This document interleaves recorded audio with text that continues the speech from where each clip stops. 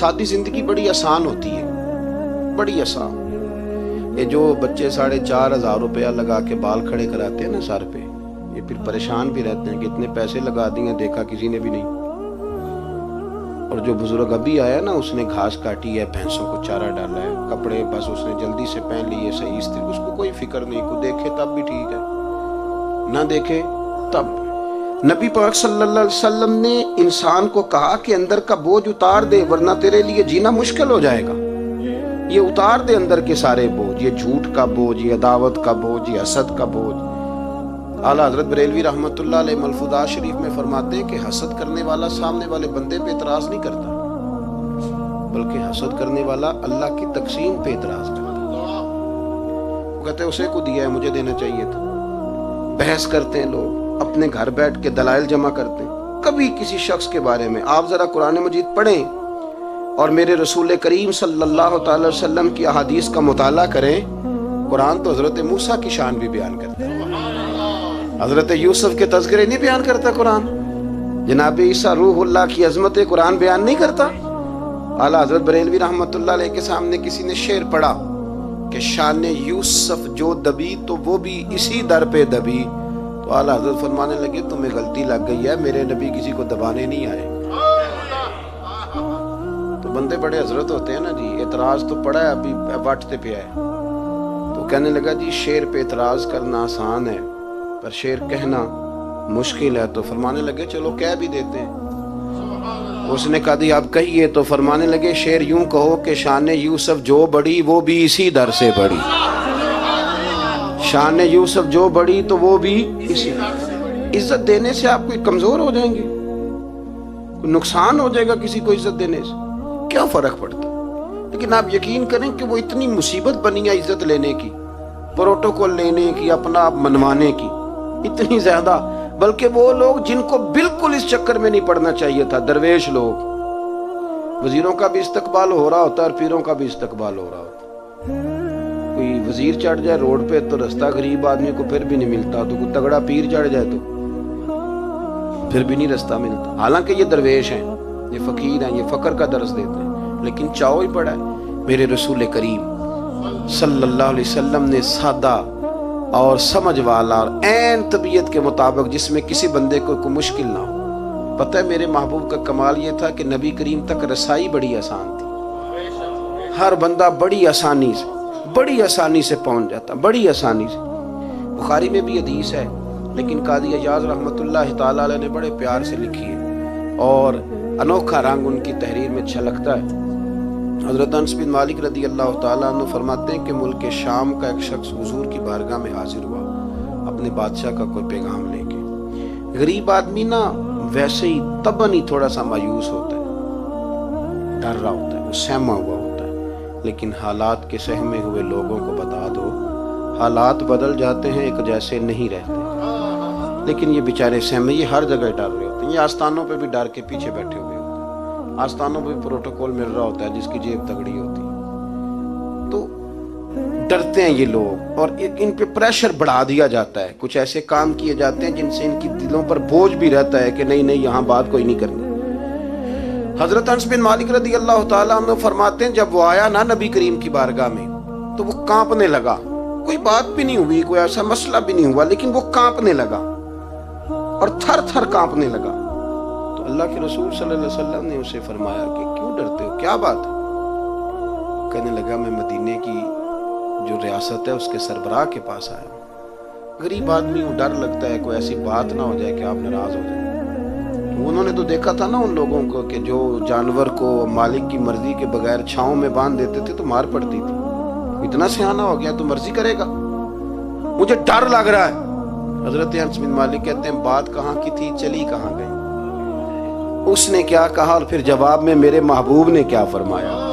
آپ ذرا بات کا لیول دیکھیں اور حضور کی گفتگو کا سٹیٹس دیکھیں۔ یہ وہ لوگ، یہ وہ تربیت ہے جو لوگوں کے دلوں اور روحوں تک اترتی ہے۔ میرے نبی کریم صلی اللہ تعالی علیہ وسلم نے بات سنی تو حضور رو پڑے اور اتنا روئے کہ گھٹنوں کے بل زمین پر بیٹھ گئے۔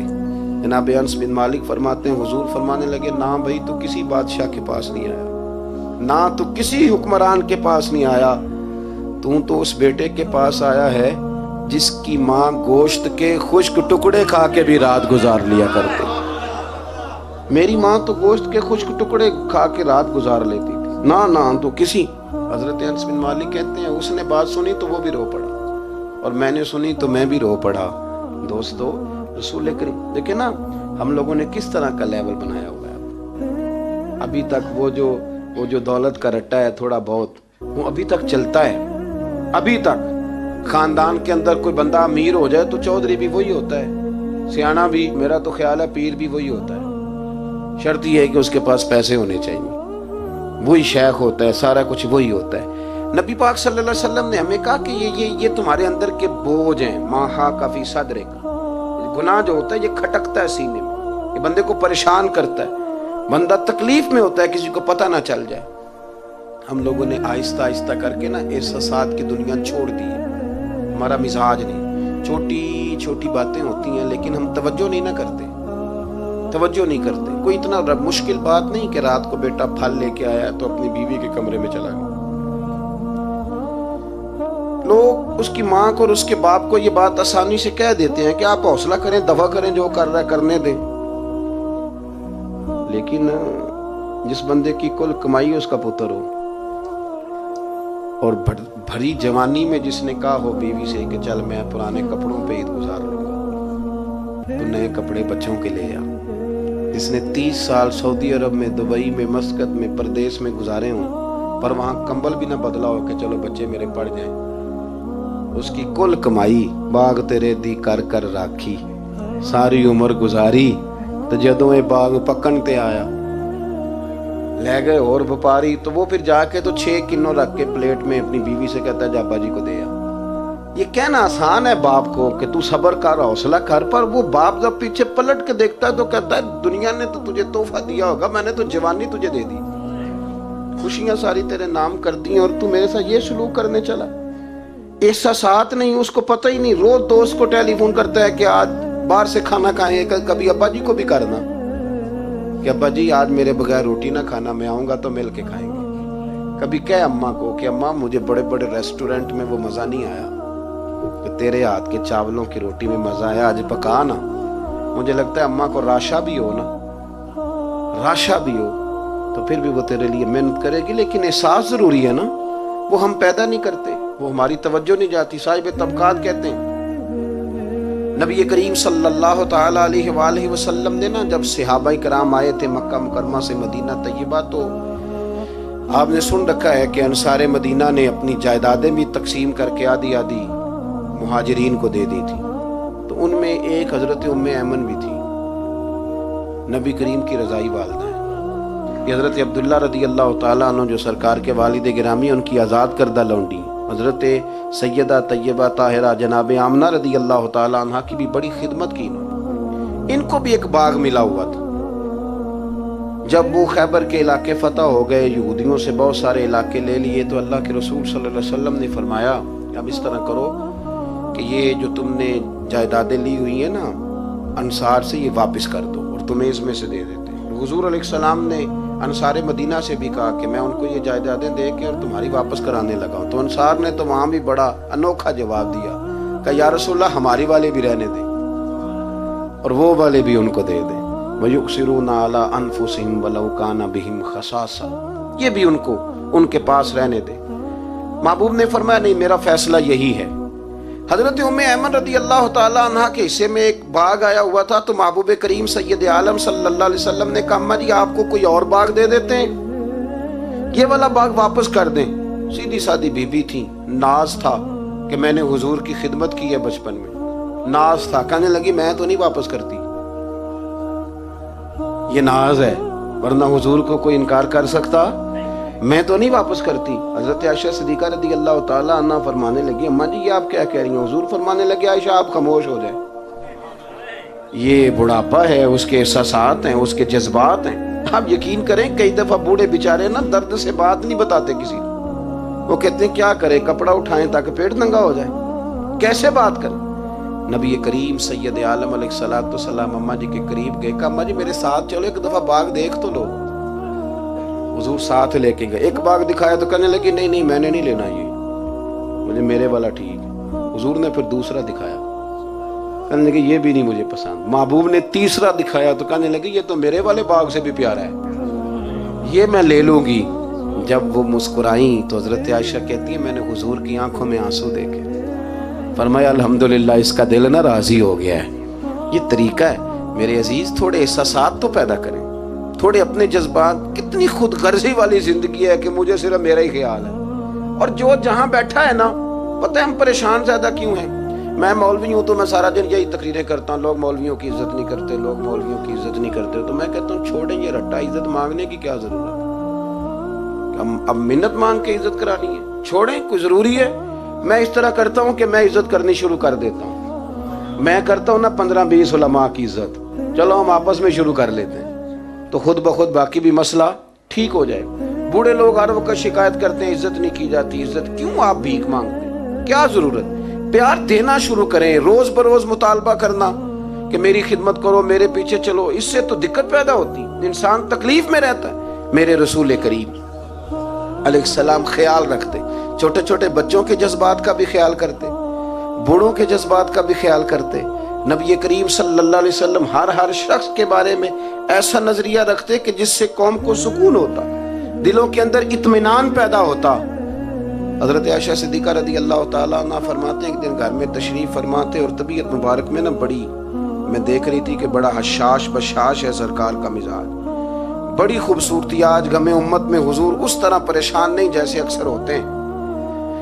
آپ فرماتی ہیں باتیں چل رہی تھی تو بیٹھے بیٹھے حضور فرمانے لگے کہ عائشہ میں تمہیں بتاؤں تم مجھ سے راضی کب ہوتی ہو اور ناراض کب ہوتی ہو. کہتے میں نے عرض کی یا رسول اللہ میں اور آپ سے ناراض. فرمایا چل سن تو لینا, سن تو لینا, ذرا بات سننا, ذرا سن تو لے, سننا. عرض کی یا رسول اللہ حکم فرمائیں. فرمایا تم کبھی کبھی قسم اٹھاتی ہو, ذرا احساس کی شدت دیکھی, لفظوں اور جملوں کا خیال رکھنا, سامنے والے اسے آسانی دینا.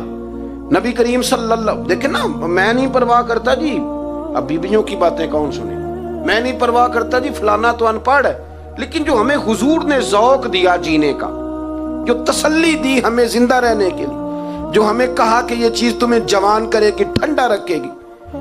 نبی کریم صلی اللہ تعالی علیہ وآلہ وسلم فرمانے لگے عائشہ تم نہ کبھی کبھی قسم اٹھاتی ہو. کہا یا رسول اللہ اٹھاتی ہوں. فرمایا جب تم تھوڑا بہت ناراض ہوتی ہو نا کہ کسی اور زوجہ کے پاس وقت زیادہ گزر گیا ہے, تو پھر تم پتہ کس طرح قسم اٹھاتی ہو, تم کہتی ہو مجھے ابراہیم علیہ السلام کے رب کی قسم, اور جب تم راضی ہوتی ہو تو کہتی ہو مجھے محمد مصطفیٰ کے رب کی قسم. اور میں مجھے پتہ ہے. جناب عائشہ کہتی ہے میں رو پڑی, میں نے کہا محبوبہ بات بالکل اسی طرح ہی ہے, لیکن قربان جاؤں یہاں تک خیال رکھتے ہیں آپ, حضور یہاں تک احساسات ہے, یہاں تک. فرمایا مجھے پتہ ہوتا ہے کب تمہارا جذبہ کیا ہے اور کب تمہارا رنگ کیا ہے. دوستو یہ چیزیں جب نکل جاتی ہیں نا مزاج سے, پھر آسانی ہو جاتی ہے. لیکن وہ ہمارا اپنے آپ کو پسند کرنا, اپنی طبیعت پہ ناز کرنا, اپنے آپ کو دیکھتے رہنا, اور اپنی تعمیر میں اتنا غرق ہونا کہ باقی ساری خوبصورتیوں سے بھول ہی جانا, صرف نظر ہی کر لینا. تھوڑا تھوڑا پیار بانٹے, اتنا اوپر کھڑے ہو کے نیچے دیکھو گے تو ہر چیز چھوٹی نظر آئے گی. کبھی کبھی نیچے کھڑے ہو کے بھی اوپر دیکھیں, انشاءاللہ بڑے بڑے قد والے لوگ دنیا میں ملیں گے, بڑے بڑے قد والے. بہت سارے لوگ مجھے کہتے ہیں جی کامل پیر نہیں ملتا. میں کہ نہیں ملتا, پیسے بندے دی جیب میں ڈھیر سارے ہوں تو پھر کامل پیر کیویں ملے, اور 2 MA وہ کر جائے چاہے سیپلیوں میں ہی پاس کر جائے, پھر کامل پیر کیسے ملے. وہ ہو چودھری صاحب اور اس کو پیر مل جائے. ان 3 بندوں کو پیر ملتا, اس کے لیے تو تھوڑا نیچے اترنا پڑتا ہے نا جی. پہلے جو برتن بھرا ہوا ہو تو اس میں پیر صاحب کیا ڈالیں گے, کوئی خالی ہوگی تو شے اندر آئے گی نا. اپنی زندگی میں تھوڑا سا لیول. حضرت خواجہ شمس العارفین سیالوی رحمۃ اللہ علیہ, خواجہ صاحب گزر رہے تھے تو ایک بچہ نا, ہمارے دیہاتوں کے بچے جو ہوتے ہیں نا وہ ان کا اپنا سٹائل ہوتا ہے اور وہ بڑے مست لوگ ہوتے ہیں. اصل مزہ وہی بچے اٹھاتے ہیں جو دیہاتوں کے, وہ جو زندگی گزارتے ہیں بڑی شاندار ہوتی ہے. میں آپ کو تجربے کی روشنی میں کہہ رہا ہوں, میں نے دیہات بھی کھول کے دیکھے اور شہر بھی سارے دیکھے, اللہ ماشاءاللہ ڈھیر سارے شہر میں نے دیکھے, اور میں نے اس میں دیکھا ہے کہ زیادہ سکھی یہی بچے رہتے ہیں جو مٹی میں بھی کبھی کبھی دوڑتے ہیں, جو سن لیتے ہیں تھوڑی بہت. آپ یقین کریں کہ سارے گاؤں کے بوڑھے ہی دادا ہوتے تھے اور سارے ہی چاچے ہوتے تھے اور سارے ہی, اب تو رٹا بن گیا. اب تو مسئلہ خراب ہو گیا، عجیب سی الجھن لوگوں نے پیدا کر دی۔ خواجہ صاحب رحمۃ اللہ علیہ گزر رہے تھے تو ایک بچہ بیری کو روڑے مار رہا تھا، روڑے سارے جمع کر دیے اور مارتا جا رہا ہے، اور یہ بچے گاؤں کے جب یہ فائرنگ کرتے ہیں نا بیری پہ تو یہ روڑے پہلے جمع کر لیتے ہیں تاکہ پھر بے دریغ بغیر رکنے کے اپنا کام کرتے رہیں۔ تو مار رہا تھا تو حضرت شمس العارفین رحمت اللہ تعالیٰ علیہ آپ بھی گزرے، مریدین ساتھ تھے، تو ایک دو روڑا نا حضرت کو بھی لگ گیا تو فرمانے لگا پتر ذرا خیال کرنا، میں بوڑھا آدمی ہوں، اس عمر میں تو زخم بھی ٹھیک نہیں ہوتے۔ اس نے بچے نے پلٹ کے دیکھا تو جانتا تھا نا کہ چائے سے کیتلی زیادہ گرم ہوتی ہے، مرید ماریں گے، اس نے دوڑ لگا دی، بھاگا اور سر پٹ دوڑا، اور جب وہ تیزی کے ساتھ دوڑا نا، تیزی کے ساتھ، اللہ اکبر، تو خواجہ صاحب نے بھی مریدوں سے کہا اس کو پکڑ کے لاؤ، پکڑ کے لائے تو خواجہ صاحب فرمانے لگے دوڑ تو کیوں؟ کہنے لگا جی دو حرفی بات ہے، آپ ماریں گے، آپ کے مرید ماریں گے، روڑا جو لگ گیا۔ کیا انداز ہے بزرگوں کا، پیار بانٹنے کا، یہ چیزیں انسان کو بڑا میٹھا رکھتی ہیں۔ آپ یقین کریں پروٹوکول سے نکل آئیں آپ سوکھے ہو جائیں گے، آسان زندگی۔ خواجہ صاحب رحمت اللہ تعالیٰ علیہ فرمانے لگے ویسے تو کر کیا رہا تھا؟ کہنے لگا میں روڑے مار رہا تھا بیری کو، تو فرمایا بیری تجھے جواب میں کیا دیتی ہے؟ کہنے لگا جی وہ تو پھل دیتی ہے، تو آپ فرمانے لگے تو شمس العارفین کو بیری سے بھی کیا گزرا سمجھتا ہے؟ آپ اتر میرے سینے سے لگ، اور جو پھل میں تجھے دوں گا نا پہلے کبھی نہ کسی نے دیا ہوگا۔ تھوڑا لیول تو نہیں، دیکھیں نا ہمارے بچے بڑی آسانی سے کہہ دیتے ہیں میرے گاؤں کے لوگ جاہل ہیں جی سارے، تو میں کہتا ہوں جاہل کو جاہل کہہ کے جان چھڑانا تو آسان کام ہے، یہ تو آسان کام ہے، پر جاہل کو پکڑ کے عالم بنا دینا یہ مدینے والے رسول کا طریقہ ہے۔ وہ جہاز میں جو لوگ زیادہ ٹریول کرتے ہیں وہ اس بات کو ذرا آسانی سے سمجھیں گے کہ جو ہمارے دیہاتوں سے لوگ جاتے ہیں نا عمرہ کرنے، اکثر غریب لوگ ہوتے ہیں، کئی تو بیچارے کمیٹیاں ڈال کے جاتے ہیں، تو وہ جب چڑھتے ہیں نا جہاز پہ تو بچہ پڑھا لکھا بیٹھا ہو تو بابا جی کو نہیں پتا ہوتا، تو وہ سیٹ نمبر کیسے دیکھنا ہے، تو بیٹھ جاتے ہیں جہاں جگہ ملے، سمجھتے ہیں بس ہی ہیں، تو بچے تنقید کر رہے ہیں جی ساڈے پنڈ دے بندے نہیں سیانے ہو سکتے، دیکھو انہوں نے بس ہی سمجھا ہوا ہے، اور ہنستے ہیں، پھبتیاں کستے ہیں، مذاق اڑاتے ہیں۔ تو میں کہتا ہوں یار تم اگر پڑھا لکھا ہوتا نا تو تم دروازے پہ جا کے بابا جی کا ہاتھ تھامتا، پھر تو سیٹ نمبر دے کے انہیں بٹھاتا، ہاتھوں تے سیٹ بیلٹ باندھتا، پھر پانی کی بوتل دیتا اور پھر کہتا حضور بزرگوں میں فلانی جگہ بیٹھا ہوں، میری ضرورت پڑی تو دوبارہ بھی آواز دے لینا۔ پڑھے نا بخاری مسلم، حضرت انس بن مالک رضی اللہ تعالیٰ عنہ فرماتے نجرانی چادر حضور نے اوڑی ہوئی تھی، اور نبی کریم صلی اللہ علیہ وسلم جا رہے ہیں، جناب فاروق اعظم بھی ساتھ ہیں، تو کہتے ہیں پیچھے سے ایک شخص نے نا حضور کی وہ چادر، اس میں سرخ دھارے دار تارے تھی، تو پکڑ کے نا اس نے چادر حضور کی کھینچی، تو وہ جو چادر تھی وہ حضور کے گلے میں پھر گئی۔ فرماتے میں وہ تکلیف محسوس کر رہا تھا، تو وہ کھینچ کے نا چادر، تو کہنے لگا میں کچھ مانگنے آیا ہوں، تو دروازہ زور سے کھٹکھٹائے اسے بھیگ دیتے ہو، تو دوڑ جا دروازہ توڑے گا، لیکن حدیث کے لفظ ہیں فَالْتَفَتَ إِلَيْهِ فَضَحِكَ۔ حضرت انس بن مالک کہتے ہیں جب مصطفیٰ کریم نے اس کی طرف دیکھا تو حضور نے مسکرانا شروع کر دیا۔ یہاں مسکرانا کمال ہے۔ اعلیٰ حضرت بریلوی کہتے ہیں جس کے گچھے سے لچھے جڑے نور کے ان ستاروں کی نزہت پہ لاکھوں سلام، اور جس کی تسکی سے روتے ہوئے ہنس پڑے اس تبسم کی عادت پہ لاکھوں سلام۔ حضور نے توجہ کی تو مسکرائے، فرمایا کیا لینے آئے ہو؟ کہنے لگا بھکاری ہوں، کچھ لینے آیا ہوں، چادریں کھینچ کے مانگ رہا ہے۔ تو نبی کریم علیہ السلام نے دیا کتنا؟ میرے کریم سے گر قطرہ کسی نے مانگا، دریا بہا دیے ہیں، در بے بہا دیے ہیں۔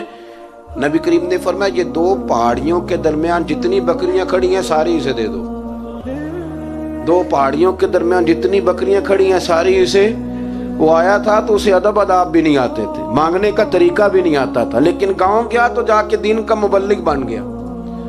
کیا تبلیغ کرتا ہے؟ کہتا ہو لوگوں غربتوں سے پریشان لوگوں آؤ میرے ساتھ، میں تمہیں مدینے لے چلوں۔ میرے رسول اتنا دیتے ہیں کہ غربت کا ڈر بھی نکل جاتا ہے۔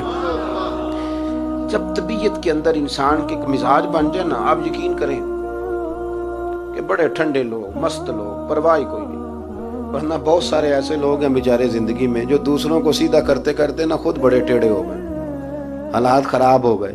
امام احمد بن حنبل وہ روایت لائے ہیں، جب ایک شخص نے آ کے حضرت عمر سے کہا تھا میں تقریر کرنا چاہتا ہوں، تو فرمایا تو نہ کرنا۔ اس نے کہا حضور میں پڑھا لکھا ہوں کیوں نہ کروں؟ فرمایا جب تو ممبر پہ بیٹھ کے واز کرے گا تو بہت سارے لوگوں کو گنہگار بھی تو سمجھے گا نا، تو تیرا اپنا کیا بنے گا یہ بھی تو بتا نا، کہ پھر تیرے اندر کے لیول کا کیا بنے گا۔ اپنے آپ کو نہ ان قباحتوں سے، اگر آپ کے کپڑے ٹھیک نہیں، آپ سکون میں نہیں ہیں، تو آپ کے اندر میل ہو تکبر کی، حسد کی، غیبت کی، چغلی کی، اور سب سے بڑی بدگمانی کی، برا سوچنے کی، پھر آپ کہیں کہ میں سکون سے۔ آپ یقین کریں ہمارا کوئی مخلص دوست اس لیے نہیں ہوتا کہ ہم کسی کو مخلص سمجھتے ہی نہیں۔ ہمارے زمانے میں سچا اس لیے کوئی نہیں کہ ہم کسی کو سچا سمجھتے نہیں۔ ہمیں بزرگ اس لیے نہیں ملتے کہ ہم کسی کو بزرگ ناراض نہ ہونا۔ میری بات پہ غور کرنا، ہمارے ہاں اس لیے کوئی ہمارا ہمدرد نہیں کہ ہم کسی کو ہمدرد، ہمارے بندے کو تو دکاندار کہہ رہے ہیں، ہر بندے کو تو جھوٹا کہہ رہے ہیں، ہر بندے کو تو دھوکے باز کہہ رہے ہیں، ہر شخص تو ہماری نظر میں جاہل ہے، ہر عالم تو معاذ اللہ ہماری نظر میں بے عمل ہے۔ تو جب اس قدر زیادہ ہمارا ذہن برا ہو جائے گا، یا ایھا الذین آمنوا اجتنبوا کثیرا من الظن ان بعض الظن اثم، اتنا برا سوچیں گے تو پھر تو حضور نے فرمایا نہیں کہ اللہ تمہارے گمان کے قریب ہے، جس طرح کا گمان کرتے ہو رب بھی ویسا ہی بن جاتا ہے۔ تو اپنی سوچوں کو ستھرا کریں، اپنی طبیعت میں نرمی لائیں۔ آپ اچھے بندے ڈھونڈنے ملیں گے تو رب آپ کو ڈھیروں بندے عطا کرے۔ اپنے آپ کو کمزور نہ کریں، کبھی چھوٹا نہ کریں، چھوڑیں۔ اپنی نجی مجلسیں بھی پاک کریں، صاف ستھری کریں اور خوبصورت کریں، اور اپنی جو خلوتیں جلوتیں ان میں محنت کریں۔ اپنے سے دوسروں کو افضل جاننا سیکھیں، لوگوں کا اکرام کرنا سیکھیں، آداب سیکھیں، اور لوگوں کے بارے میں اچھی گفتگو کرنی سیکھیں۔ آپ یقین کریں یہ کام آپ کسی کے لیے کر کے دیکھیں، اللہ آپ کو سکون عطا کرے گا۔ اعلیٰ حضرت بریلوی رحمۃ اللہ علیہ سے کسی نے کہا تھا حضرت جی میرا دل بڑا بے سکون رہتا ہے، تو کوئی وظیفہ دے، تو اس کا خیال تھا کچھ پڑھنے کو بتائیں گے۔ تو فاضل بریلوی رحمۃ اللہ علیہ فرمانے لگے اس طرح کر، کسی بندے کے ساتھ نیکی کر پر اسے پتہ نہ ہو میرے ساتھ کون کر رہا، اسے خبر ہے۔ فرمایا اس طرح کی نیکی کر، پھر رب تیرے دل کو قرار عطا کرے گا۔ وہ جو دکھا کے مسجد میں پیسے دیے جاتے ہیں وہ نام تو ہو جاتا ہے پر سکون لے جاتا ہے، لیکن جو چھپا کے نیکی ہوتی ہے وہ ذرا مزہ کر جاتی ہے۔ اٹھ فریدا ستیا جھاڑو دے مسیت، تو ستے تے رب جاگدا، تیری ڈاڈے نال برید۔ اٹھ فریدا ستیا تے خلقت ویکھن جا، متے کوئی مل جائی بخشیا تے توں وی بخشیا جا۔ آخر دعوانا الحمد